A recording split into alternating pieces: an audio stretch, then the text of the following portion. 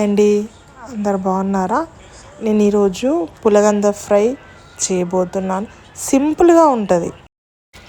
దీనికి ఎక్కువ హడావిడి ఏం అవసరం లేదు.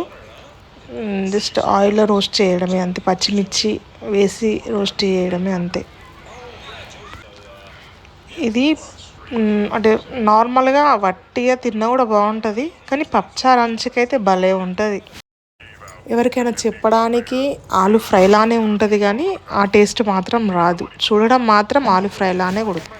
అది కట్ చేసేటప్పుడు దురద వస్తుంది అని అంటారు, కానీ నేను అంటే ఇప్పటికీ చాలా టైం చేసినా కానీ నాకైతే అట్లా ఏం అనిపించలేదు. కానీ పొట్టు తీయడం మాత్రం చాలా కష్టం. అది దాన్ని కొంచెం డెడికేషన్ పెట్టి తీయాలి. అది రాదు, అది గట్టిగా ఉంటుంది. ఇష్టమైన వాటిని కష్టమైనా సరే మనం చాలా ఓపికతోనే తీసుకుంటాం కదా. మీరు కూడా అంతేనా?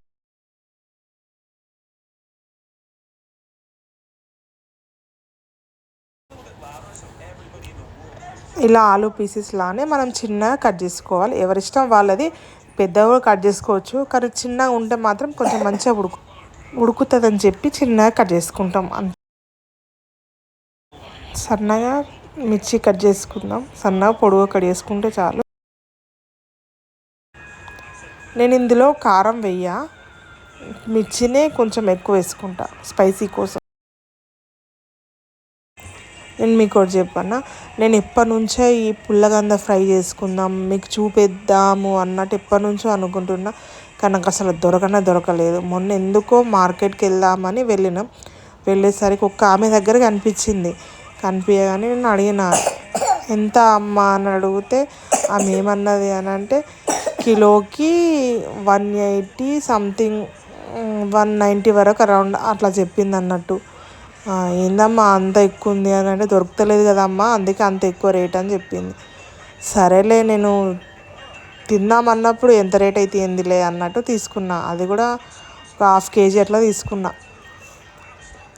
70కి అమ్మా అని అంటే, లేదమ్మా ఇవ్వా అని అంటే, సరేలే అని 80కి తీసుకొని వచ్చిన. మనం ఉడకడానికి అప్పుడప్పుడు మూత పెట్టుకుంటూ తీయాలి.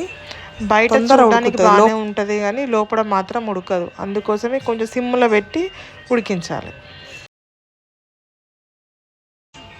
చూడండి ఎంత మంచిగా ఉడికిందో. ఫ్రై కూడా మంచిగా, అసలు ఒక్క చుక్క వాటర్ కూడా పోయలేదు. ఆ మూత పెడితేనే మనం ఆ ఆవిరికి అనేది మంచిగా ఫ్రై అవుతుంది. ఉడికిందా లేదా అని కొంచెం టెస్ట్ చేస్తున్నాను అన్నట్టు. నేను రెడీ ఇక తినడానికి. వేడి అన్నంలో పప్పుచారు వేసుకొని పక్కకు పులగంద ఫ్రై పెట్టుకొని తింటుంటే ఆహా సూపర్. లాస్ట్ దించే టైంలో మనం కొద్దిగా ధనియాల పొడి వేసుకుందాం అంతే. సర్వింగ్ బౌల్కి తీసుకోవడమే. మీకు ఈ వీడియో నచ్చితే లైక్ అండ్ సబ్స్క్రైబ్ చేయండి. మళ్ళీ కొత్త వీడియోతో మీ ముందుకు వస్తా. ఓకే, మళ్ళీ ఉంటా. బాయ్.